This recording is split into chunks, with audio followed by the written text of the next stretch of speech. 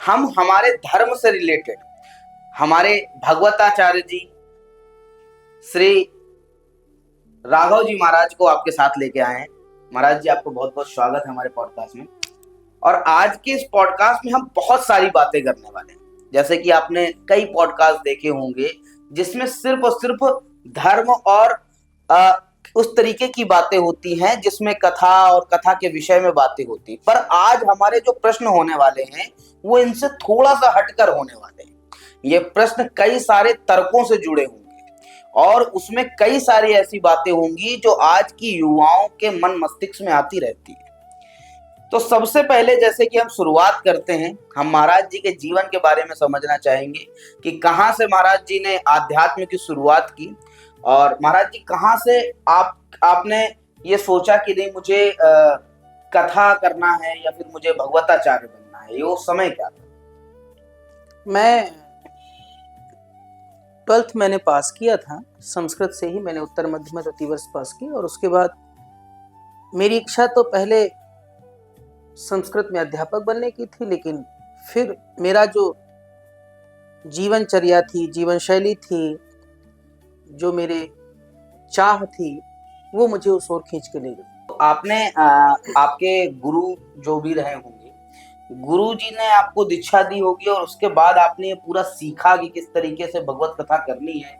क्योंकि ये भी एक अपने में कला कही जाती है कि अगर आप किसी को कोई बात समझा रहे हैं और उसको इस तरीके से समझाना है कि वो पूरा जो भगवान का चरित्र है उसको समझ में आ जाए। तो ये आपने कहाँ से सीखा? मैं 12वीं पास करके, उत्तर मध्य में पास करके मैं श्रीधाम वृंदावन गया और वृंदावन में मैं 2 लोगों के पास गया। एक डॉक्टर शिवकरण पांडे गुरु जी थे, जिन गुरु जी के पास जाकर के मैंने रोज पढ़ाई करी। दूसरे मेरे कॉलेज के प्रिंसिपल थे डॉक्टर श्री रामकृपाल त्रिपाठी गुरु जी। उनके पास मैं जाता था और उनका अत्यंत मुझे स्नेह प्राप्त हुआ और शैली, बोलने का तरीका तो मैंने उन्हीं से और अन्य लोगों से मैंने सीखा। कि एक जब भी हम कथा वाचन में जाते हैं या फिर हम भगवताचार्य जी को देखते हैं, कोई भी, हमारे मन में अलग अलग प्रकार के प्रश्न आते हैं। जो कि आपने भी कभी देखा हो कि अगर आप किसी से प्रश्नों को लेते होंगे तो कथाओं से हटकर बहुत सारे प्रश्न हमेशा पूछे जाते हैं। आज उन्हीं में से कई लोगों ने हमारे जब हमने डाला फेसबुक पे और हमने एक पोल चलाया कि हम भगवताचार्य जी को बुला रहे हैं, तो उसमें बहुत सारे प्रश्न आए। उसी की कड़ी में आज मैं अपने ऑडियंस के कुछ प्रश्न ले रहा हूँ। सबसे पहला प्रश्न ये है कि क्या सच में हमारे कर्म जो हैं वो हमारी नियति को बदल सकते हैं? बिल्कुल, कर्म हमारी नियति को, हमारे जीवन को बदल सकते हैं। कैसे? लेकिन दोनों चीजें आवश्यक हैं। केवल कर्म अगर चाहें तो कर्म आपकी नियति को बदलने में बहुत परिश्रम करेंगे तभी जाकर कैसा हो संभव हो सकता है, लेकिन उतना फल नहीं प्राप्त होगा। इसमें दोनों चीजों को जोड़ना पड़ेगा आपको। एक है भगवान की कृपा, जिसको आप इंग्लिश में लक कह सकते हैं, और दूसरी है अपना पुरुषार्थ, जिसको आप कर्म कह रहे हैं। कर्म करते रहेंगे, कर्म के साथ साथ जब भगवान का स्मरण करेंगे और भगवान की कृपा प्राप्त होगी तो थोड़े से ही परिश्रम में आपको अधिक फल की प्राप्ति हो जाएगी। एक और प्रश्न महाराज जी हमेशा आता है कि हम लोगों को हमेशा हमारे दादी बाबा बताते रहे हैं कि हमें 84 लाख योनियों से होकर गुजरना पड़ता है। मनुष्य की योनि जो होती है वो 84 लाख योनियों से होकर गुजरती है। तो क्या ये जन्म जन्मांतर सच में सच होता है? बिल्कुल सच होता है। जिस तरह से वेदों में, पुराणों में वर्णन है, जिस तरह से आपने सुना होगा कि श्रीमद् भागवत महापुराण में श्री भरत जी महाराज का चरित्र है कि भरत जी महाराज का दूसरा जन्म जो हुआ मृत्यु के उपरांत, वो हिरण का हुआ। हिरण के बाद भी जब उनकी हिरण योनि से मुक्त हुए तो फिर उनका जन्म एक ब्राह्मण के घर पे हुआ। पुराणों के साथ साथ जो आज के समय में भी जो लोग जानकार हैं, तंत्र विद्या के जानकार हैं, मंत्र विद्या के जानकार हैं, वो लोग भी सिद्ध करते हैं कि नहीं, इस समय में योनि परिवर्तन हुई। ठीक है। जैसे कि मैं आपको बताऊं, जैसे कि बहुत समय पूर्व अपने ही फतेहपुर जिले में एक कापिल गांव, तो उस कापिल गांव में ठाकुर गुलाब सिंह थे। ठाकुर गुलाब सिंह की मृत्यु के बाद उनका जन्म किसी दूसरे गांव में हुआ और फिर बाद में उस 2 वर्ष के बालक ने बताया कि ये मेरा घर है, यहाँ मेरी बंदूक रखी है, यहाँ मेरा धन रखा हुआ है, यहाँ मेरी अमुक वस्तु रखी हुई है। बाद में उन्होंने जो उनके वंशज थे उन्होंने कहा कि आप हमको दे दीजिए बालक, जितना आप चाहें ले लो। लेकिन उन्होंने फिर अपने बालक को नहीं दिया, उसका मुंडन करवा दिया। मुंडन से पूर्व बालक की पूर्व शक्तियां, पूर्व स्मरण उसको बना रहता है, इसीलिए उसका मुंडन संस्कार होता है। अच्छा, तो मुंडन संस्कार का मतलब है कि पिछला जन्म उसको याद है? हाँ, याद रहता है, बिल्कुल याद रहता है। और मुंडन के बाद खत्म हो गया? हाँ, मुंडन के बाद उसका जो पूर्व संस्मरण है उसके नष्ट हो जाती है। अगर इसके ऊपर और एक बात हमेशा आती है कि अगर हम ये कहें कि नहीं हमारा पूर्व जन्म कुछ रहा या कुछ रहा, तो क्या उसकी कुछ जो चीजें होती हैं या आदतें होती हैं वो इस जन्म में भी होती हैं? बिल्कुल बिल्कुल, जैसे हमारे पूर्व जन्म के होंगे वैसा ही हमारा इस जन्म का स्वभाव भी हो जाता है। वैसे ही हमारे विचारधाराएं, हमारी सोच, वैसी हमारे क्रियाकलाप कुछ परिवर्तित, कुछ उसके भी अंश होते हैं हमारे। हाँ। एक और इसमें हमेशा प्रश्न आता है कि हमेशा हमारे बाबा दादा कहते रहे हैं कि जो इस जन्म में करोगे उसका फल अगले जन्म में। अगर आप ये कह रहे हैं कि भाई जो पिछला जन्म कभी याद रहता है कभी नहीं याद रहता, हमें तो याद नहीं है ना, उम्मीद है आपको भी नहीं याद होगा, है ना, तो ऐसा अगर होता है तो इसका मतलब पिछले जन्म में जो भी गलतियां की उसका फल अगर इस जन्म में मिल रहा है और वो पिछले जन्म की गलतियां तो हमें पता ही नहीं कि हमने गलतियां क्या की, तो फिर सजा किस चीज की मिल रही है? सजा का मतलब ही होता है कि जो हमने किया है, जिस तरह के कर्म हमने किए हैं, पहले तो व्यक्ति उसी जन्म में ही उनको भोग लेता है। ठीक है। गोस्वामी तुलसीदास जी ने कहा, निज कृत कर्म भोग सब भ्राता। सभी लोग अपने कर्मों का फल भोगते हैं। जिन कर्मों का फल इस योनि में भोग सकते हैं तब भोग लेते हैं, नहीं तो अन्य अगली योनि प्राप्त होने पर उनको उसका प्रतिफल प्राप्त होता है। अच्छा, इसको अगर हम आज के भाषा के हिसाब से देखें, आज का जो यूथ कहता है वो तो यही कहेगा ना कि भाई हमको गलती ही नहीं पता हमारी कि हमारी गलती क्या है, हम तो फालतू में मार खा रहे हैं, कि पहले गलती तो बताओ उसके बाद हम मार खाएं। तो ये तो ऐसी बात होगी ना महाराज जी की जिसके बारे में हमें पिछले जन्म में कुछ पता ही नहीं कि हमने क्या गलती की, लेकिन उसकी मार हम इस जन्म में खा रहे हैं, तो ये गलत नहीं हुआ? नहीं, गलत नहीं हुआ। व्यक्ति को अपनी गलतियों का एहसास बहुत कम होता है। प्रत्यक्ष में भी आप कोई जो कर्म आप करते हैं तो क्या आप ये सोच करके करते हैं क्या कि नहीं ये मैं गलत काम करने जा रहा हूं? अपनी दृष्टि में आपका प्रत्येक कार्य सही ही होता है, तभी आप करते हैं। लेकिन आवश्यक नहीं कि जो आप कर रहे हो, जो आपकी सोच कह रही हो, जो आपके विचार हो, वो आपके सही ही हो। दूसरा कोई श्रेष्ठ व्यक्ति, आपके पिता आपको कह सकते हैं कि नहीं आपने ये अनुचित कार्य किया है, तो जरूरी नहीं कि आप जो कर रहे हैं वो सही है। हाँ। और प्रश्न आज आया है कि आज की जो युवा पीढ़ी है वो रिश्तों में सबसे बड़ी गलती क्या करती है? क्योंकि आप देख रहे हैं आज के रिश्ते जो हैं वो चल नहीं रहे। आप हमेशा देखते हैं शादियां होती हैं, कुछ महीनों बाद टूट जाती हैं, तो आपको क्या लगता है कि क्या सबसे बड़ी गलती करते हैं रिश्तों में आज की युवा पीढ़ी? रिश्तों में जो सबसे बड़ी गलतियां हैं ये है कि प्रत्येक पुरुष ये चाहता है कि हमारा परिवार सुख और संपन्नता में रहे। प्रत्येक पुरुष ये चाहता है कि जिस माता पिता से हमारा स्नेह है उससे बना रहे, जो भाई है हमारे बने रहे।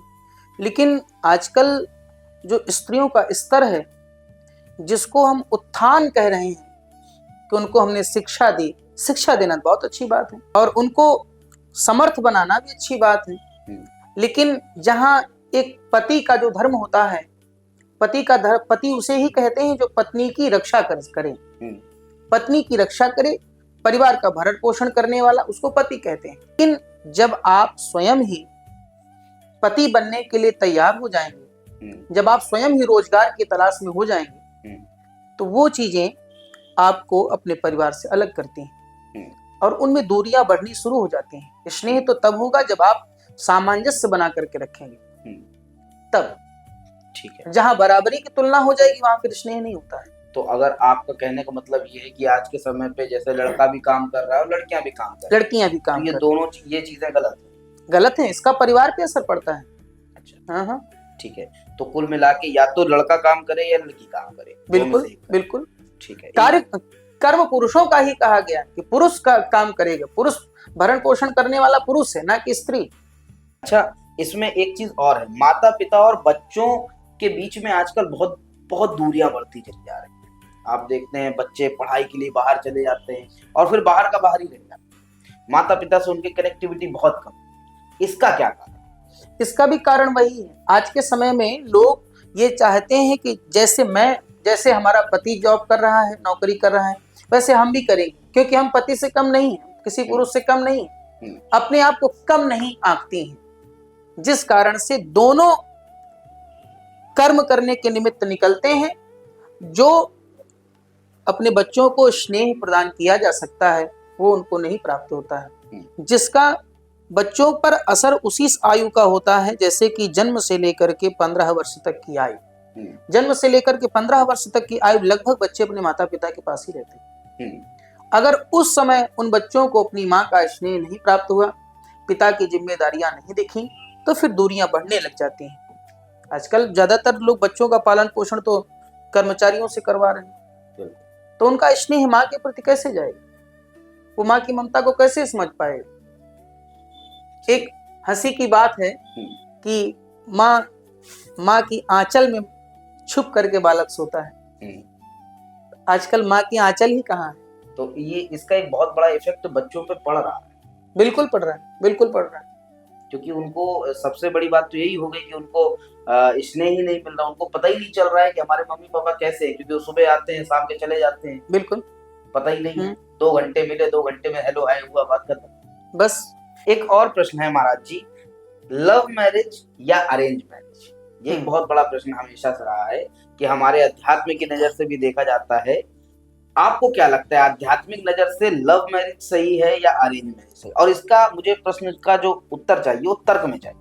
तर्क में देखिए ऐसा है कि ये दोनों चीजें जो हैं, लव मैरिज और अरेंज मैरिज, आध्यात्मिक दृष्टि से आप देखेंगे तो प्राचीन समय का जो इतिहास रहा है, जिसको प्रेम विवाह कहा गया, प्रेम विवाह भी होते रहे हैं और प्रेम विवाह भी आजीवन उनका निर्वहन भी होता रहा है। ऐसा नहीं कि निर्वहन नहीं होता रहा है। और जो अरेंज मैरिज है, जो माता पिता की दृष्टि से होता है, माता पिता के अनुसार होता है, वो भी अच्छे कहे गए।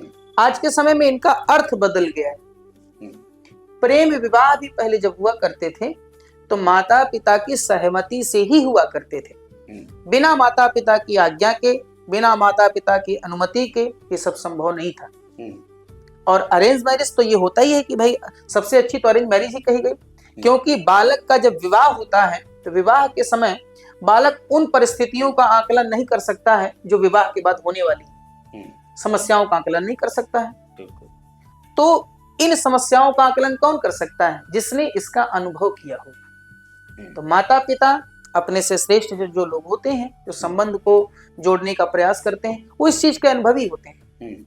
तो वो इस चीज को बहुत विचार करके कि किस तरह की लड़की होनी चाहिए, किस तरह का लड़का होना चाहिए, जिनसे दोनों का संबंध जोड़ा जाए तो जीवन भर उनका स्नेह चलता रहे। जैसे पांडित्य कर्म में भी आचार्य को बुला करके गुणों का मिलान कराया जाता है। योनि नाड़ी का संबंध देखा जाता है। अगर आपकी प्रवृत्ति देवताओं की तरह है, आप देव नाड़ी से हैं, और जो कन्या है वो राक्षस योनि से है, तो कैसे संबंध जुड़ेगा? आपका स्वभाव देवताओं की तरह है, आपकी स्त्री का स्वभाव राक्षस की तरह है, तो क्या दोनों का सम्मिश्रण हो जाएगा? दोनों की विचारधारा ही नहीं मिलेगी। बिल्कुल। तो जो योनि है वो मनुष्य होनी चाहिए, राक्षस होनी चाहिए, देव होनी चाहिए। इन सब का भी बहुत असर पड़ता है। लव मैरिज में हम कहते हैं ये सब चीजें तो देखते ही नहीं। हाँ, लव मैरिज में चीजें शास्त्रानुसार भी नहीं देखी जाती हैं। हाँ, प्रेम विवाह में भी शास्त्रानुसार ये चीजें नहीं देखी जाती। हाँ। तो प्रेम विवाह का मतलब ही यही है कि हमारा और आपका मन मिल रहा है, हमारा आपका स्वभाव मिल रहा है, हमारे आपके कर्म मिल रहे हैं, इसका मतलब सब कुछ उचित है। मतलब कुल मिला के अगर हम साइंस की लैंग्वेज में कहें तो यहाँ प्रैक्टिकल हो रहा है, वहाँ थ्योरेटिकल हो रहा है। बिल्कुल बिल्कुल। यहाँ प्रैक्टिकली मिला रहे हैं कि भाई हमारा आपका व्यवहार मिल रहा है, ठीक है, और वहाँ आप थ्योरेटिकली मिला रहे हैं कि मिलेगा कि नहीं मिलेगा। हाँ, बिल्कुल। अच्छा, तो दोनों ही आपके हिसाब से कौन सा उचित है? प्रेम विवाह, लव मैरिज उचित है या फिर अरेंज मैरिज? आज के दौर पर अरेंज मैरिज। फिर कहा आज के दौर पे, तो पहले के दौर पे तो ऑलरेडी प्रेम विवाह कम होते थे, आज के दौर पे ज्यादा हो। जो उस समय होते थे वो भी अपने माता पिता को नकार करके, उनसे छुपा करके नहीं होते थे, उनसे वो बता करके होते थे। वो भी उन पे देखते थे, आपके मन मिल रहे हैं, विचार मिल रहे हैं। सबसे बड़ी चीज ये है, आप तब तक प्रसन्न नहीं हो सकते हैं जब तक आपके माता पिता आप पर प्रसन्न नहीं होंगे। तब तक आप चाहे जितना परिश्रम कर लीजिए, आप चाहे जितना कर्म कर लीजिए, चाहे जितना उन्नति को प्राप्त कर लीजिए, लेकिन तब तक आपकी ख्याति नहीं होगी, तब तक आपका स्तर नहीं बढ़ेगा, जब तक आपके माता पिता से प्रसन्न नहीं होंगे। जीवन का श्रेय जो होता है वो माता पिता पर होता है। तो कुल मिला के आज के समय पे भी अरेंज मैरिज ही हमें करनी चाहिए। बिल्कुल बिल्कुल ठीक। और लव मैरिज हो तो तब नहीं, हो जब लव माता मैरिज, पिता पसंद लव मैरिज भी हो तो लव मैरिज को भी अपने घर में कह करके, बता करके, 4 लोगों से बात करके उसको अरेंज में कन्वर्ट किया जाए। आज का दौर ये कहता है, उसको अरेंज में कन्वर्ट करिए, अपने माता पिता को बताइए, कन्या के माता पिता को बताइए, दोनों सहमत हों तब जाकर के, क्योंकि संबंध एक से तो जुड़ता नहीं ना। बिल्कुल। एक संबंध की वजह से हजार संबंध जुड़ते हैं, हजार संबंध जुड़ते हैं, और जब वो बुरा हो जाता है, उसमें दरार पड़ जाती है, तो सारे संबंध टूट जाते हैं। धर्म पुस्तकों की बात करें, चाहे हम कल्कि पुराण की बात करें, महाभारत में बात करें, या फिर भागवत पुराण की बात करें, सब में एक अवतार के बारे में हमेशा बताया गया है, कल्कि अवतार। तो आपके हिसाब से क्या सच में आज के समय पर धरती में भगवान का अवतार हो सकता है? बिल्कुल हो सकता है, लेकिन अभी पुराणों के अनुसार कल्कि का अवतार का अभी समय नहीं आया है। कलयुग की आयु 4,32,000 वर्ष है। तो 4,32,000 वर्ष का जो अंतिम चरण है, अंतिम चरण में पुराणों के अनुसार भगवान का अवतार होता है, क्योंकि उस समय धर्म पूर्ण रूप से नष्ट हो जाता है, अधर्म ही अपना पूरा जमाव रखता है, प्रभाव रखता है, जिसको लेकर के भगवान पृथ्वी पर अवतरित होते हैं। उस समय ना तो कोई भेदभाव रह जाएगा, ना भाई बहन का भी संबंध रह जाएगा। वैसे तो ये होता है कि शास्त्र भी कहते हैं कि एक ही गर्भ से उत्पन्न जो स्त्री और बालक हैं, उनमें भी व्यभिचार होने लग जाएगा। मनुष्य एक दूसरे को समय पा करके, काट करके खा जाने वाला होगा। चरण में जब भगवान का अवतार होगा तो उस समय वृक्ष भी बहुत छोटे छोटे हो जाएंगे, मनुष्य भी बहुत छोटे छोटे हो जाएंगे। ऐसा वर्णन आता है, महात्माओं ने कहा है कि चने के पेड़ में भी लोग फलियों को तोड़ने के लिए सीढ़ियां लगा करके चढ़ेंगे। हाँ, इतना मनुष्य छोटा हो जाएगा, ऐसा मैंने पुराणों में महात्माओं से मैंने सुना है।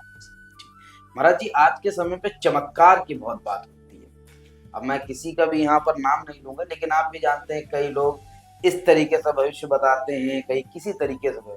क्या सच में चमत्कार हो सकते हैं? और दूसरी बात, जहां पर हमारे, अगर हम पुराणों की बात करें तो कई सारी सिद्धियों के बारे में हमारी पुराणों में बताया, जो कि सत्यता कही जाती है कि हमारे धर्मों के हिसाब से अलग अलग व्यक्ति अलग अलग तरीके से सिद्धियां प्राप्त कर सकता है। तो क्या सिद्धियां सच में होती हैं? और ये जो चमत्कार आज के समय पे भी हमें देखने को मिलते हैं, तो क्या ये सच है या नहीं? चमत्कार तो नहीं कह सकते हैं, विद्या कह सकते हैं, सिद्धियां कह सकते हैं। चमत्कार कुछ नहीं। अच्छा, चमत्कार तो एक जादूगर दिखाता है, जिसपे आंखों में चकाचौंध हो जाए, आंखों में आश्चर्य हो, वो एक चमत्कार है। लेकिन इनको विद्याएं कह सकते हैं, तंत्र विद्याएं, जो पूर्वजों के द्वारा भी प्राप्त होती हैं, वंशानुक्रम में भी परंपरागत प्राप्त होती हैं। उन सिद्धियों से हमें किसी के भविष्य का ज्ञान हो सकता है, ऐसा कहा गया है। तो क्या सिद्धियां प्राप्त करने का तरीका क्या होता है? सिद्धियां ये हर इंसान क्यों नहीं प्राप्त कर सकता? सिद्धियां हर व्यक्ति प्राप्त कर सकता है, लेकिन उसमें बस एक विशेष क्वालिटी होनी चाहिए, उसमें वो गुण होने चाहिए, उन सिद्धियों को प्राप्त करने की योग्यता होनी चाहिए। हर व्यक्ति ऊंचाइयों तक नहीं पहुंच सकता है, हर व्यक्ति इंजीनियर नहीं बन सकता है, हर व्यक्ति सेना में भर्ती नहीं हो सकता है। सबकी अलग अलग प्रवृत्तियां होती हैं। ठीक है। एक और प्रश्न आता है, अधिकतर हम लोग देखते हैं भारत में ये चीजें ज्यादा होती हैं कि हमारे अंदर माता आ गई, हमारे अंदर हनुमान जी आ गए, हमारे अंदर काली मैया आ गई, है ना। औरतें भी होती हैं कई सारी, बाल ऐसे करके और पूरा जीभ बाहर निकाल के डांस कर रही हैं या कुछ भी कर रही हैं, जो भी कर रही है ना। कई आदमियों में भी हम ये चीजें देखते हैं कि हनुमान जी आ गए। तो क्या ये सच है कि हनुमान जी और माता की शक्तियों को एक मनुष्य, मतलब उनके अंदर आ जाना ये संभव है? अगर मैं अपनी स्वयं की विचारधारा से कहूं तो ये तो सर्वथा मुझे भी गलत ही लगता है, क्योंकि जहां तक मैंने समझा है भगवान किसी ऐसे शरीर पर कभी प्रविष्ट नहीं होते हैं जो विकारों से भरा हुआ हो, जो विकारों से भरा हुआ हो। और कहा गया अगर भगवान किसी के शरीर में प्रकट हो सकते हैं, किसी के अंतरात्मा में प्रविष्ट हो सकते हैं, तो वो एक आयु है, 9 वर्ष तक की आयु जो कन्याओं की कही गई है, 9 वर्ष तक की आयु में उनके अंदर कोई विकार नहीं होता है, कोई दोष नहीं होता है, उस आयु तक भगवान उसके अंदर प्रविष्ट हो सकते हैं।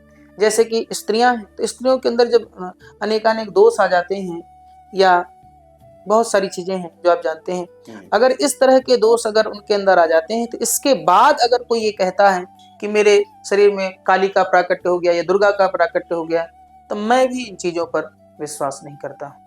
हाँ, तो इसको आप क्या, अच्छा जहां तक रहता है एक भगवान की बात, उसके बाद एक आता है भूत पिशाच की बात, कि भूत पिशाच आ जाते हैं। हाँ, भूत पिशाच संभव, भूत पिशाच संभव मैंने प्रत्यक्ष रूप में भी देखा है, मैंने प्रत्यक्ष रूप में भी देखा है। देखा क्या है, मैंने क्यों विश्वास किया, क्योंकि वो व्यक्ति उस भाषा में ही बोल रहा है, वैसा ही वक्तव्य दे रहा है जैसा वो पूर्व समय में बोलता था। अच्छा, ये घटना के बारे में बता सकते हैं क्या, क्या आपने देखा है? मैंने घटना ये देखा है कि मेरे ही गांव की अपनी एक बात बता रहा हूं। एक स्त्री है, वो ऐसे अचानक से कुछ बोलने लग जाती है, चिघाड़ने लग जाती है। मैंने उसकी आवाज में वो कर्कशता ही नहीं देखी, ऐसा देखा ही नहीं कि वो पुरुष की भाषा में बोल रही हो, और वो अचानक पुरुष की भाषा में बोलने लग जाती है, अचानक पुरुषों जैसी चर्चाएं करने लग जाती हैं, अचानक वो अपनी पुरानी बातें बताने लग जाती हैं। तो इन सब चीजों को देख करके विश्वास होता है कि नहीं, जिस व्यक्ति जो अगर व्यक्ति नहीं है तो उसको उन अमुक बातों का ज्ञान कैसे। अच्छा, ठीक है, आपने कहा भूत पिशाच आ सकते हैं, समझ में, लेकिन अब इसमें भी एक बहुत लॉजिक आता है कि भूतों में भी अपनी अपनी कैटेगरियां हैं। एक होता है नॉर्मल भूत और भूतनी, फिर होता है पिशाच, फिर है कर्ण पिशाचनी, फिर है डायन, फिर उसके बाद जिन्न जिन्नात। अच्छा, इसमें जो ये बढ़ता हुआ लेवल है इनका, तो इसमें भी क्या ऐसा होता है कि जैसे भगवान में होता है कि भगवान नहीं आ सकते, तो क्या ये जिन्न जिन्नात भूत पिशाच कर्ण पिशाचनी, इनको भी कई लोगों को मैंने सुना है कि उनके पास 50 कर्ण पिशाचनी है, इनके पास 50 जिन्नात बैठे हैं, ये इतने लोगों को रख के चलते हैं, ये चीजें बहुत सुनाई देती हैं। तो क्या ये संभव है कि इतने सारे जिस तरह से मनुष्य झूठ बोलता है अपनी बातों को छुपाने के लिए, अपने आप को श्रेष्ठ करने के लिए, श्रेष्ठ दिखाने के लिए, इसी तरह से ये लोग भी होते हैं जो झूठ बोलने का प्रयत्न करते हैं। ठीक है, मैं ऐसा ही सोचता हूँ। अच्छा, अब हम लोगों ने भूतों की बात की, तो हम फिर एक बात करेंगे, मनुष्य के जीवन और मृत्यु अटल है, ये है, मृत्यु के बाद क्या होता है इसके बारे में कोई नहीं बात करता, बहुत कम ही लोग बात करते दिखते हैं। लेकिन हाँ, इसमें एक शास्त्रार्थ तरीका है जिसमें साफ साफ बताया जाता है कि मृत्यु के बाद जो हमारी आत्मा होती है वो 13 तक हमारे घर पे रहती है, और उसके बाद जिस भी लोक में उसको जाना होता है चली जाती है। तो ऐसे में फिर ये भूत कहाँ से आ जाते हैं, और ये मृत्यु के बाद एक मनुष्य क्या अनुभव करता है, इसके बारे में जानकारी। वैसे जो पुराणों में चर्चा आती है, मेरा पर्सनल अनुभव तो है नहीं है, ना मैंने पर्सनली, ना मैं मरा हूं अभी है, लेकिन यही चीजें जो पुराणों में कही गई हैं, जो गरुड़ पुराण है, गरुड़ पुराण के अनुसार व्यक्ति के जब तक पूरे संस्कार नहीं हो जाते, पूरी उसकी क्रियाएं नहीं हो जाती हैं, तब तक वो उसी घर में निवास करता है, तो पुराण के अनुसार। इसके बाद जब उसकी क्रियाएं हो जाती हैं, तो क्रियाओं के बाद व्यक्ति मुक्त होकर के अपने स्थान को जाता है। ये एक गरुड़ पुराण का हिस्सा है। दूसरा, वेदों में ऐसा वर्णन है कि अगर आयु पूर्ण हुई, आयु पूर्ण होने के बाद अगर किसी जीव की मृत्यु हो रही, किसी मनुष्य की मृत्यु हो रही है, तो वो फिर भूत के रूप में नहीं रहता है, ऐसा पुराण कहते हैं। लेकिन जिसकी आपात मृत्यु होती है, आकस्मिक मृत्यु होती है, वो व्यक्ति, वो जीव प्रेत योनि में जाता है, ऐसा कहा गया है। ठीक है, लेकिन फिर भी आवश्यक नहीं कि आकस्मिक मृत्यु वाला जीव ही, आपात मृत्यु वाला जीव प्रेत योनि में जाएगा ही जाएगा, क्योंकि उसका एक और भी कारण है। जैसे कि श्रीमद् भागवत के अनुसार राजा परीक्षित की आकस्मिक मृत्यु हुई, युवा थे राजा, युवा में ही उनको तक्षक ने डसा, और तक्षक के शास्त्रों के अनुसार तो उनको प्रेत योनि मिलनी चाहिए, क्योंकि युवावस्था में उनका शरीर पूरा हो गया, तो उनको प्रेत योनि मिलनी चाहिए। लेकिन श्रीमद् भागवत में ऐसा वर्णन है कि महर्षि वेदव्यास जी कहते हैं, राज्यो मोक्षम तथा वीक्ष पुराधाता विस्मितः।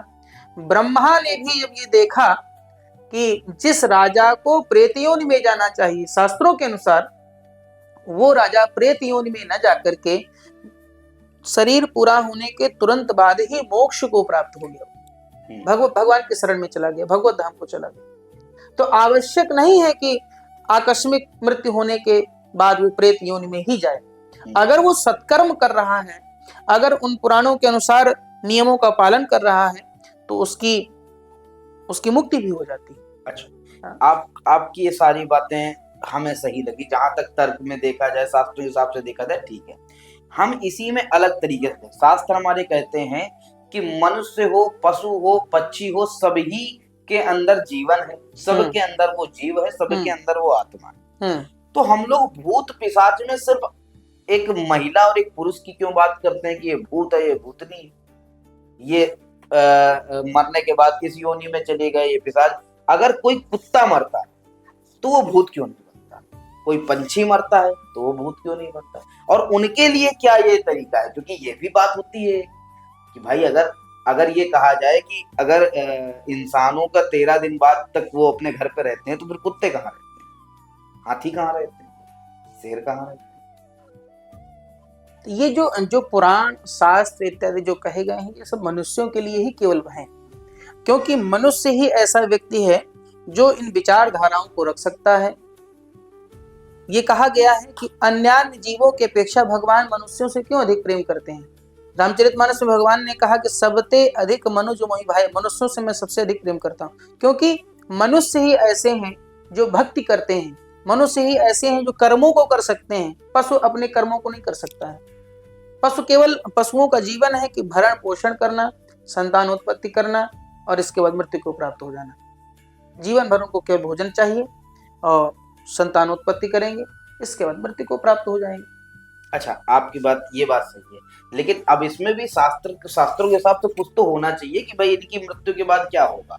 अच्छा, एक प्रश्न इसमें और आता है, जैसे मनुष्य तो है कि भाई हर तरीके के कर्म कर रहा है, वो मांस भी खा रहा है, वो मदिरा भी पी रहा है, वो अच्छे कर्म भी कर रहा है, सब कुछ कर रहा है। अब अगर हम इसमें शाकाहारी और मांसाहारी जीवों की बात कर लें, कि जो शाकाहारी जीव है उसको जीवन भर घास खाना है, रोटी खाना है, तो उसको मतलब ही नहीं है कोई दुष्कर्म से, और उसको पता भी नहीं कि गलती से दुष्कर्म हो रहा है।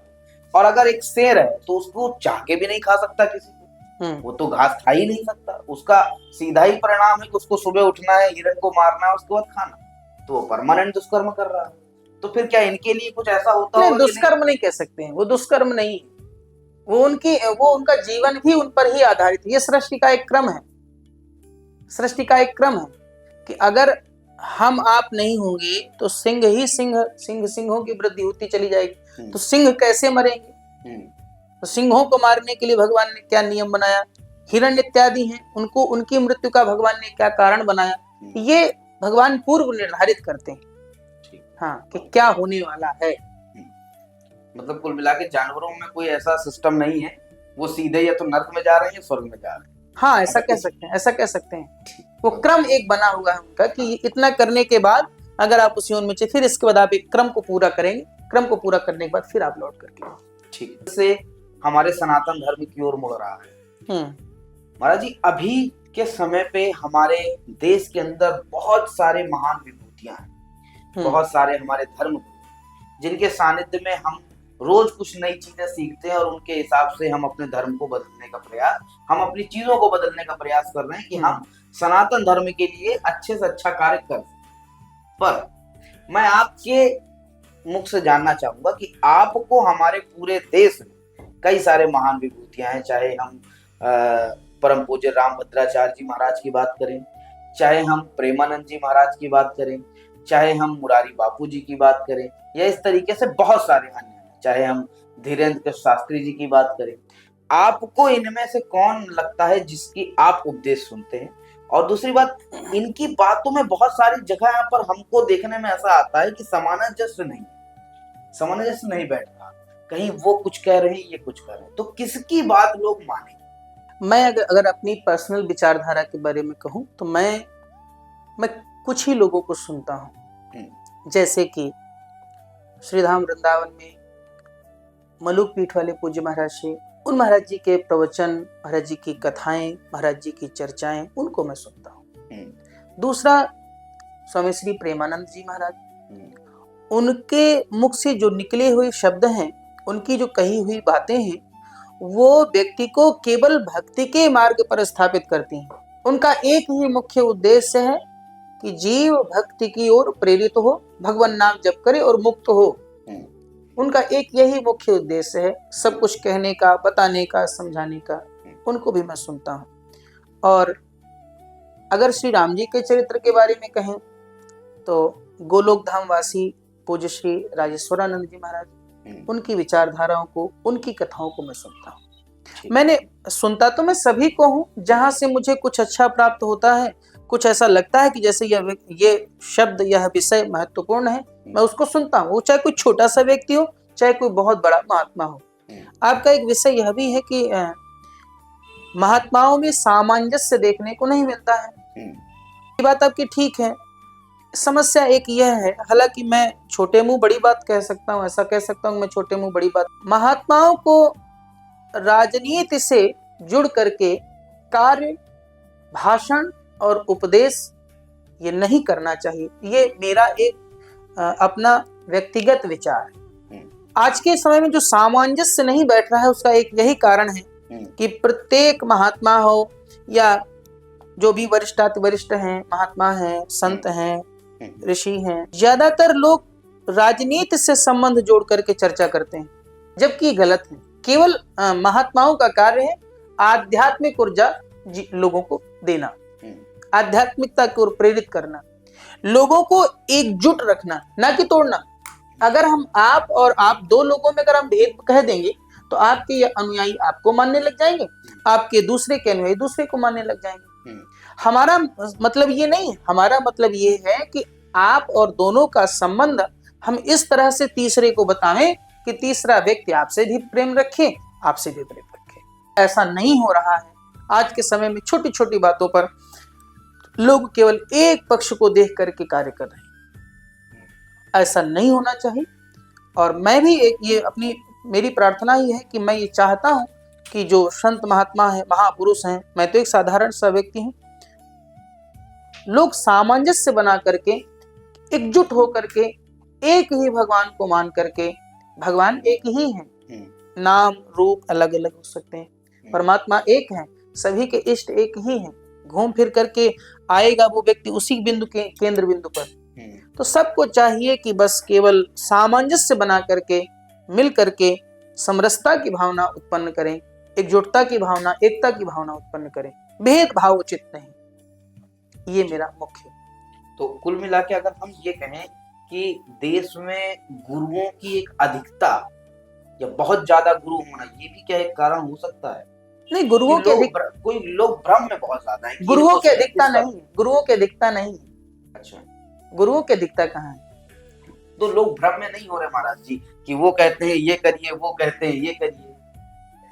इसको आप ये कह सकते हैं कि अपना जो भारतवर्ष है जी, अपना भारतवर्ष एक चमत्कार, अपना भारतवर्ष ये चाहता है कि जैसे मैं आज परिश्रम करूं उसका फल मुझे तत्काल कल ही प्राप्त हो जाए, अथवा मुझे परिश्रम ही न करना पड़े, मैं किसी एक ऐसे व्यक्ति से जाकर के मिल लूं जो कल मेरे ऊपर ऐसी कृपा कर दे कि कल मैं आज यहाँ बैठा हूँ, कल मैं किसी और ऊंची जगह पर जाकर के बैठ जाऊं। अपने भारतवर्ष के लोग ये चाहते हैं, परिश्रम नहीं करना चाहते हैं। इसलिए लोग अन्य लोगों को सुनते हैं, उनकी विचारों को मानने लग जाते हैं, जबकि वास्तविकता में हमको अपने धरातल पर जाकर के देखना चाहिए कि वास्तविकता क्या है। अनेक कथा वक्ता हो या कोई महात्मा हो, अनेक शब्दों का वो चयन करके लोगों को कहते हैं कि आप ये कर लीजिए, आप वो कर लीजिए, आप एक लोटा जल लेकर के उस जल में क्या डाल दीजिए कि क्या करिए, उसको देखिए, देखने के बाद ऐसे चढ़ाइए, वैसे चढ़ाइए, या बेलपत्र लीजिए, इतने पत्ती का लीजिए, उतने पत्ती का लीजिए, हल्दी दूध बना करके पी लीजिए। ये कोई बात नहीं। हम सनातनी हैं, हम हिंदू हैं, हमें अपने धर्म ग्रंथों की जानकारी होनी चाहिए। कुछ नहीं, हम केवल आधा घंटा ही अपने उन धर्म ग्रंथों को, पुराणों को पढ़ें, वास्तविकता क्या लिखा हुआ है। वास्तविकता को जानना बहुत आवश्यक है, क्योंकि बिना जानकारी के, बिना पढ़े लोगों पर भ्रम फैलाना ये गलत है। और एक बात जो हम आज अपने ऑडियंस से बड़े ही गर्व से कह सकते हैं, एक बात आपको बताता हूँ। महाराज जी की इस बात से मुझे एक बहुत अच्छी बात याद आई। हमारे पूरे विश्व में सिर्फ एक ही धर्म ऐसा है जो हमें मौका देता है कि हम अपने धर्म के बारे में बात करें। अगर आपको ज्ञात होगा कि शास्त्रार्थ जो होता है वो सिर्फ सनातन धर्म में ही है। शास्त्रार्थ का मतलब है कि हम अपने शास्त्र के बारे में अपनी बात रखें। हो सकता है आपकी बात सही हो सकता है आपकी बात सही हो, और उसके बाद उसका कंक्लूजन निकालकर हम उसको एक बनाएं। हमारे धर्म में, सनातन धर्म में लाखों साल पहले से ये चल रहा है कि शास्त्रार्थ होना चाहिए। क्यों? क्योंकि सिर्फ और सिर्फ एक भारत में एक सनातन धर्म ही ऐसा है जिसमें अपने धर्म के बारे में भी गलत बोलना या जो त्रुटियां हैं उसको निकालना, ये इस चीज की इजाजत दी जाती है। अगर आप किसी भी दूसरे पंथ या मजहब की बात करें तो वहां पर ये इजाजत नहीं है कि आप अपने धर्म के बारे में किसी भी प्रकार की कोई भी त्रुटि को निकाल सके।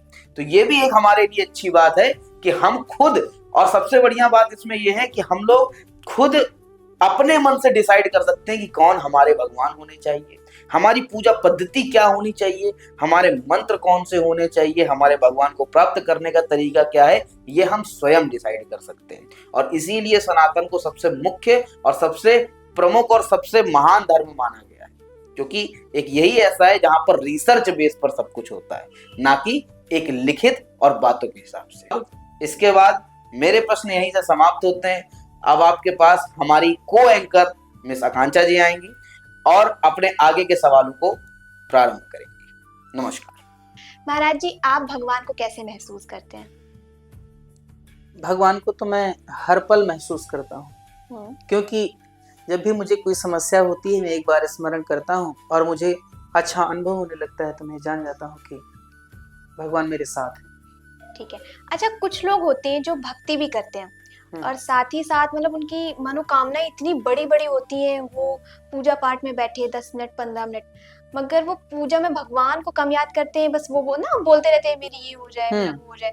तो उनके लिए आप क्या कहना चाहेंगे? या उनको मतलब उनकी भक्ति का परिणाम मिलता है या सिर्फ वो परिणाम मिलता है? भक्ति का परिणाम मिलता है, लेकिन मैं एक ही शब्द कहना चाहूंगा कि अपनी कामनाओं को कहने से अच्छा है कि आप केवल उनसे एक संबंध जोड़ करके रखिए।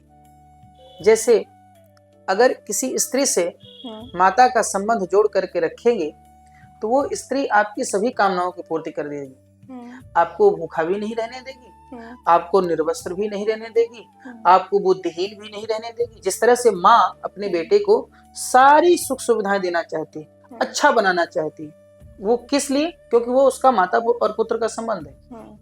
वहीं अगर एक बालक अपनी माँ से कामना करे कि हमको भूख लगी है, तो स्त्री क्या देगी? भोजन दे देगी। हमको हमारे वस्त्र नहीं है तो वस्त्र दे देगी। लेकिन उससे अगर मातृभाव रखेंगे तो वहां फिर मांगने की आवश्यकता कुछ नहीं, वो बिना मांगे सारी कुछ चीजें दे देगी। ऐसे भगवान के साथ भी कि भगवान से आप अति सामीप्यता रखिए, भगवान को आप अपना बना करके रखिए, भगवान से संबंध जोड़ करके रखिए। भगवान तो आपकी ऐसे ही सारी कामनाओं की पूर्ति कर देगा। बिल्कुल। अपना मालिक बना लेंगे तो मालिक का काम होता है कि अपने लोगों का ख्याल रखना, अपने लोगों के दुखों की निवृत्ति करना, बस ये हो जाए। ठीक है। अच्छा, बहुत लोग बोलते हैं भाई हम तो इतना पूजा पाठ सब कुछ करते हैं, हमारे साथ बुरा हो रहा है ना। लोग बोलते हैं अरे अच्छे लोगों के साथ ही बुरा होता है। तो ऐसा जो लोग बोलते हैं उनके बारे में आप क्या कहना चाहेंगे? नहीं, ये तो केवल एक व्यक्ति की छोटी सी धारणा है कि हम अच्छा कर्म करते हैं लेकिन फिर भी हमको अच्छे फल की प्राप्ति नहीं होती है। कहीं ना कहीं हमारे कुछ गुण दोष ऐसे होते हैं जिनके कारण हमको वो हमारी इच्छा की वस्तु प्राप्त नहीं हो पा रही। दूसरी एक चीज और भी है, हर बालक जो 13 वर्ष 14 वर्ष 15 वर्ष इस तरह के जो बालक होते हैं, 20 वर्ष तक के जो बच्चे होते हैं, वो चाहते हैं कि मुझे एक बहुत सुंदर बुलेट मिल जाए, इसको मैं लेकर के चलूं। तो इच्छा तो हुई ना उसकी, तो क्या उसकी इच्छा की पूर्ति उसके माता पिता कर दें? क्या कर देनी चाहिए? नहीं करनी चाहिए। माता पिता उसकी इच्छाओं की पूर्ति करेंगे, लेकिन माता पिता को जब ये एहसास होगा कि नहीं, मेरा बालक इस योग्य है, इन चीजों को वो ले सकता है, इन चीजों में वो बच सकता है, इसकी उसकी विचारधारा अच्छी होगी, तब वो उसको अमुक वस्तु प्राप्त कराएं। बिल्कुल। इच्छा के अनुसार हर कार्य माता पिता नहीं करते हैं। हाँ, जरूरत के हिसाब जरूरत के हिसाब से। ठीक है। कर्म और भाग्य दोनों में शक्तिशाली कौन है? कर्म और भाग्य दोनों में से कौन सा शक्तिशाली है, इसके बारे में तो कुछ कहना बहुत मुश्किल है। दोनों ही अपने में महत्व रखते हैं। ठीक है। कर्म भी और भाग्य भी। ठीक है। अच्छा महाराज जी, जैसे आम लोगों को गुस्सा आता है, वैसे आपको भी आता होगा, तो बिल्कुल। आप उसे कैसे कंट्रोल करते हैं?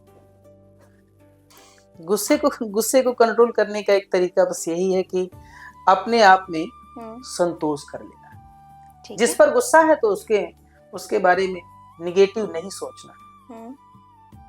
ओके। क्या गरीब होने का मतलब ये है कि कर्म हमारे खराब है या भाग्य खराब है? नहीं, ऐसा नहीं। गरीब होने का मतलब, गरीब मतलब कि धनहीन होने का मतलब ये नहीं है कि हमारे कर्म खराब है। हमारे पूर्व के प्रारब्ध ऐसे रहे होंगे कि हम धनहीन घर में उत्पन्न हुए, लेकिन उस धनहीन घर में भी हम आप धन को उत्पन्न कर सकते हैं, क्योंकि धन कमाना कोई बहुत बड़ी बात थोड़ी ना है। धन कमाना बहुत बड़ी बात नहीं। आप एक साल 2 साल 3 साल परिश्रम करके धन कमा सकते हैं। ठीक है। अच्छा, आपने हमारे साथी ऋतिक जी से बोला कि सिर्फ 2 लोग, जैसे एक घर में 2 लोग काम कर रहे हैं, हस्बैंड भी कर रहे हैं, वाइफ भी कर रहे हैं, ठीक है। अब आपने बोला कि सिर्फ हस्बैंड को काम पे जाना चाहिए, है ना? आपके हिसाब से औरतों का मतलब ऐसे जॉब करना या कमाने जाना बाहर, वो थोड़ा सा विरोधजनक है। अब कुछ लड़कियां ऐसी होती है, जैसे मैं हूँ, मेरी शादी नहीं हुई है, पर मैं चाहती हूँ कि मैं कुछ ना कुछ करूँ, है ना? ऐसे खाली बैठना, घर का भी काम हो गया, थोड़ा सा बाहर जाना, लोगों से मिलना, अपने पैरों पे खड़ा होना, तो क्या ये भी गलत है? नहीं, गलत नहीं। गलत मैंने ये नहीं कहा कि जॉब करना गलत है। मैंने ये नहीं कहा कि जॉब करना गलत है। जॉब करना उचित है, लेकिन जॉब के साथ साथ में अपनी गृहस्थी का ही परित्याग कर देना, केवल पूर्ण निर्भर हो जाना कि नहीं मैं भी पैसा कमाऊंगी, ये सोच विचारधारा गलत है। जिस तरह से मेरे पति पैसा कमा करके परिवार का पालन पोषण कर रहे हैं, वैसे मैं भी करूंगा, तो फिर आगे आने वाली आपकी जो संतानें हैं, उन संतानों की देखरेख कौन करेगा? उनमें संस्कार कौन भरेगा? संस्कार भरने का काम स्त्री ही कर सकती है।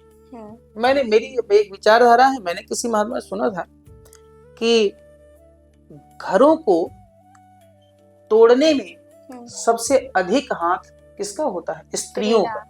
स्त्रियों का। क्यों? यहाँ ये सोचने वाली बात नहीं कि मैंने ऐसा कह दिया। कारण ये है कि जो कुम्हार होता है, कुम्हार के घर में कभी आपने कच्चे घड़ों को फूटते हुए सुना है क्या? नहीं सुना।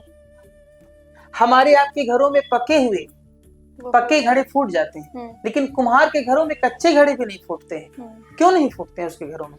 क्योंकि कुम्हार उन घड़ों का जन्मदाता है। तो जो जन्म देने वाला है, जो उनको पैदा करने वाला है, वो जब उनको उठाता है तो उनके चारों तरफ हाथ लगा करके उठाता है, चारों तरफ संभाल करके उठाता है, इसलिए उसके घर में कच्चे घड़े भी नहीं फूटते हैं।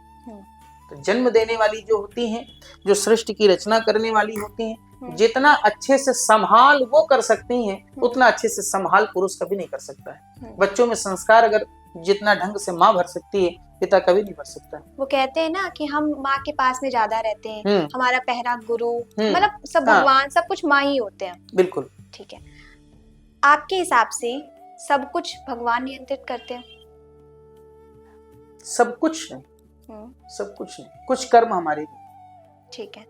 जैसे हमारे कर्म होंगे वैसा भगवान हमारे साथ करेंगे। बिल्कुल बिल्कुल। ठीक है। अच्छा, ये एक हमारे जो भी देखते हैं फॉलोअर्स वगैरह, उन्होंने क्वेश्चन पूछा था, आपके हिसाब से ऐसा कौन सा जप है जो आप सबसे ज्यादा करते हैं और जो बहुत ही अच्छा और बहुत ही जल्दी परिणाम देता है? बहुत ही अच्छा जल्दी परिणाम देना, ये बात एक अलग होगी। मैं क्या करता हूँ, ब्राह्मण का सबसे श्रेष्ठ अगर कुछ कर्म है तो गायत्री है। ठीक है। ब्राह्मणों के अधिष्ठात्री गायत्री कही गई, और ब्राह्मणों को गायत्री जप ही करना चाहिए। जैसे कि महात्माओं ने कहा है कि गुरु मंत्र का जितना गुरु ने आदेश दिया है, आज्ञा दी है, उतना जप करिए। जप करने के बाद आप अपने उस कर्म में संलग्न हो जाइए। आप अगर भक्ति करना चाहते हैं तो नाम जप करिए। अगर हम ब्राह्मण हैं, हम अपनी उसमें उत्थान चाहते हैं तो हम गायत्री का जप करें, अधिक गायत्री का जप करें। गायत्री अधिष्ठात्री है, गायत्री वाणी पर संयम रखती है, गायत्री हमारे कर्मों पर संयम रखती है, गायत्री हमारी विचारधारा पर संयम रखती है। तो ब्राह्मणों के लिए गायत्री जप ही श्रेष्ठ जप। ठीक है, क्या पैसा भक्ति से बड़ा है? नहीं, पैसा भक्ति से कैसे बड़ा हो सकता है? अच्छा, बहुत सारे लोग होते हैं ना, वो मुझे जॉब पे जाना है, मुझे ये काम है, पूजा पे टाइम नहीं मिल पा रहा है ना, तो इसका मतलब है कि वो पैसों पे ज्यादा महत्व दे रहे हैं। बिल्कुल बिल्कुल। तो आपके हिसाब से वो गलत है या सही है? पैसों पे अधिक महत्व, भक्ति के साथ पैसों पे महत्व देना ना, बिना धन के तो परिवार का पालन पोषण भी नहीं हो सकता ना। तो हमें चाहिए कि धनार्जन तो आवश्यक ही है। संसार, अगर संसार में जन्मे हैं, सांसारिक हैं, तो धनार्जन होना ही चाहिए, लेकिन धनार्जन के साथ साथ भक्ति परम आवश्यक है, क्योंकि वो उसकी मूल है। मूल है। धन तो आप कमा रहे हैं, लेकिन आपका धन किस तरह से खर्च हो रहा है, ये तभी आपको पता चलेगा जब आपके अंदर कुछ सद्विचार होंगे तब। ठीक है। अच्छा, बहुत सारे लोग हैं जो आज के टाइम पे, जो नए युवा हैं, वो बहुत ही कम हैं जो पूजा पाठ में जुड़ रहे हैं। आधे लोग जुड़ रहे हैं और आधे इधर उधर जा रहे हैं, भटक रहे हैं। तो उनके लिए आप क्या कहना चाहेंगे? मैं उनके लिए बस यही कहना चाहूंगा कि वो सन्मार्ग अपनावे, वो भगवान पर आस्था रखें, क्योंकि भगवान को छोड़ करके केवल अपने कर्म पर आस्था रख लेना कि हम परिश्रम करेंगे, परिश्रम करने से हमें हर वस्तु की प्राप्ति हो जाएगी। तो आपने देखा होगा बहुत सारे ऐसे लोग होते हैं जो अथक परिश्रम करते हैं, जितना उनका परिश्रम होता है उतनी उन्हें फल की प्राप्ति नहीं होती। 12-12 घंटे, 15-15 घंटे काम करने के बाद भी उनके घर की स्थितियां नहीं सुधर पाती। उसका एक यही कारण है, क्योंकि केवल आप कर्म पर निर्भर हैं, भाग्य पर निर्भर नहीं। भाग्य का मतलब होता है कि भगवान की कृपा, भगवान की कृपा। जैसे कि आप कर्म तो कर रहे हैं, किसी के घर में आप काम कर रहे हैं, आप केवल काम कर लीजिए, अपने स्वामी से अपना संबंध मत रखिए, उससे आप कोई संबंध मत रखिए, तो आपको क्या मिलेगा? केवल काम का पैसा मिलेगा। लेकिन अगर काम करते हुए आपने उस स्वामी का ख्याल भी रखा, उसका भी स्मरण आपने किया, उसको भी आपने खुश रखा, तो आपके किए हुए कर्म का फल तो आपको देगा ही देगा। उसके अतिरिक्त बहुत सारी आपको चीजें दे देगा, जिससे आपका जितना किया हुआ कर्म है उसका फल और अधिक हो जाए। अच्छा, आपके जीवन में जैसे आप इतनी पूजा पाठ सब कुछ करते हैं, कभी आपको ऐसा लगा कि भगवान ने आपको कुछ संदेश दिया हो, कुछ इशारा किया हो, या कभी कुछ ऐसा दर्शन मिले हो आपको? नहीं, ये नहीं कह सकता मैं। मैंने अपने जीवन में केवल अनुभव किया है बस। कैसा अनुभव? वो क्या क्षण थे? मैं अनुभव इस तरह का कह सकता हूँ, मैं सबसे अधिक अपने महाराज जी को मानता हूँ, संत श्री सच्चा बाबा जी महाराज। मैं उन्हीं का स्मरण करता हूँ, यद्यपि मैंने उन्हीं को नहीं देखा है। उनका शरीर तो 1983 में पूरा हो गया था। मैंने उनके ही शिष्य, जिनके सानिध्य में मैं रहा हूँ, मैंने पढ़ाई की है, पूज्य श्री स्वामी हंसराज जी महाराज, उनको मैंने देखा है। और उनको देख करके, उनके गुणों को देख करके, उनकी आध्यात्मिक ऊर्जा को देख करके, उनकी कृपा को देख करके, ये मैंने एक अनुमान लगाया, एक व्यक्ति ऐसा है, उसको बनाने वाला कैसा रहा होगा। उन महाराज जी के बारे में मैं कल्पना करता हूँ, और उस कल्पना के फल स्वरूप ही मैं उनसे एक अपना जुड़ाव रखता हूँ, और उसका अनुभव मैं प्राप्त करता हूँ। मुझे किसी भी तरह की कोई समस्या होती है तो मैं केवल उनका एक बार स्मरण करता हूँ, उनसे बार बार प्रार्थना करता हूँ, और मुझे वो वस्तु प्राप्त हो जाती है। अच्छा। ये मैंने प्रत्यक्ष अनुभव किया है। हाँ। श्री कृष्ण और भगवान श्री राम के ऐसे कौन से गुण हैं जो आपको सबसे ज्यादा प्रेरित करते हैं? दोनों के गुणों में श्री राम जी ने जो कहा है वो नहीं, श्री कृष्ण ने जो कहा है उनके कहे हुए वाक्यों का पालन करना हम मनुष्यों का धर्म है। और श्री राम जी ने जो किया है, राम के किए गए कर्मों का और कृष्ण के कहे हुए कर्मों का पालन हमें अपने जीवन में करना चाहिए। बहुत सारे लोग हैं जो बोलते हैं कि मेरे भगवान शिव भी आराध्य हैं, भगवान श्री कृष्ण भी हैं, हनुमान जी भी हैं, माता रानी भी है। तो आपके अनुसार कितने आराध्य हम बना सकते हैं, एक या एक से अधिक? आराध्य तो हमारा एक ही होता है, हम्म, आस्था पर सब पर होती है, ठीक है। आस्था हम्म, सब पर हमें रखनी चाहिए, लेकिन आराध्य हमारा एक ही होता है। हम्म। नहीं, बहुत लोग होते हैं ना जो कहते हैं कि हम तो सारे भगवान की पूजा करते हैं, हम सबको मानते हैं। सबको मानना, वही तो मैं कह रहा हूँ, हम्म, सब पर आस्था रखना, हम्म, सबको मानना, ये बात ठीक है। एक अलग है, हम्म, और अपना आराध्य होना, इष्ट होना, ये एक ही बात है केवल। ठीक है। तो आराध्य जो हमारे होते हैं वो एक होते हैं। एक ही होने चाहिए, ठीक है। एक ही होते हैं, एक ही होने चाहिए। जो लोग इस तरह की विचारधारा रखते हैं कि नहीं हम इनसे भी, हम उनसे भी, हम उनसे भी, कभी कभी ऐसा होता है कि वो लोग बीच में ही लटक करके रह जाते हैं। अच्छा, जैसे घर पे बहुत सारे लोग हैं, तो अब जैसे मैं हूँ, हाँ मैं भगवान शिव, कृष्ण, मतलब होता हाँ है ना, पूजा सबकी हाँ करते हैं, हाँ पर हाँ हाँ, भगवान शिव से ज्यादा लगाव है लगाव है। ना, उनकी हम्म, सेवा ज्यादा करते हम्म, हैं। अब जो हमारी दीदी है हम्म, वो भी शिव को मानती है, पर जो हम्म, भाई है वो कृष्ण जी की पूजा करते हैं, हम्म। कृष्ण जी को आराध्य मानते हैं। तो क्या ये गलत है कि घर पे जितने लोग हैं सबकी अलग अलग नहीं आराध्य? नहीं, ऐसा नहीं, ऐसा नहीं, ठीक है। ऐसा नहीं। आप अपने अलग अलग आप चुन सकती हैं, आप किस पर अधिक श्रद्धा रखती हैं। हम्म, मैंने कहा ना कि है घूम फिर करके केंद्र बिंदु सबका वही है, वही। लेकिन एक विश्वास सबका अलग अलग है। हम्म, आप किसी अपने दूसरे व्यक्ति पर विश्वास करती होंगी, मित्र पर, हम्म, जरूरी नहीं कि आपके मित्र का विश्वास सभी लोग कर लेंगे। हाँ। हैं? ये भी सही है। ये है, आपकी आस्था कहाँ पर जाकर के टिक रही है, महत्वपूर्ण ये। ठीक है। और जिससे आप अत्यधिक प्रेम करती होंगी, वही आपका काम सबसे पहले करेगा। हाँ, हाँ? ये तो होता है। यही तो है, इष्ट जो आपका है, आप उससे अगर जो कहेंगी वो आपका कार्य तुरंत करेगा। तो उम्मीद करता हूं आज का पॉडकास्ट आपको बहुत अच्छा लगा होगा, बहुत कुछ सीखने को मिला होगा। हम जल्दी मिलेंगे कई सारे ऐसे नए पॉडकास्ट के साथ, और हम फिर लेकर आएंगे आपके लिए एक नया पॉडकास्ट। इसी के साथ साथ अंत में मैं आपको एक सूचना देना चाहता हूँ। अब हम लोग हर एक महीने में एक पॉडकास्ट ला रहे हैं, क्योंकि हम पहले बहुत जल्दी जल्दी पॉडकास्ट लेकर आ रहे थे, बट इतनी जल्दी पॉडकास्ट के में एक प्रॉब्लम होती है कि सारी जो मेन पॉइंट्स हैं वो निकल कर आ नहीं पाते, उसकी रियल टाइम से नहीं पढ़ पाती। तो इसलिए अब हम हर महीने में एक पॉडकास्ट लेकर आएंगे, और बाकी पूरे महीने हम उस पॉडकास्ट की कई सारी रील और कई सारे मेन पॉइंट्स आप तक पहुंचाएंगे। अंत में महाराज जी, आज आप हमारे पॉडकास्ट में आए, हमारे पॉडकास्ट के लिए और हमारे चैनल के लिए कुछ दो शब्द जो आपको अच्छे लगे। बहुत अच्छा है ये। सबसे बड़ी चीज ये कि लोगों की विचारधाराओं को पूरे समाज में प्रेरित करना, फैलाना, लोग क्या कहना चाहते हैं, लोगों के क्या मत हैं, ये सबसे बड़ी बात है। नमस्कार।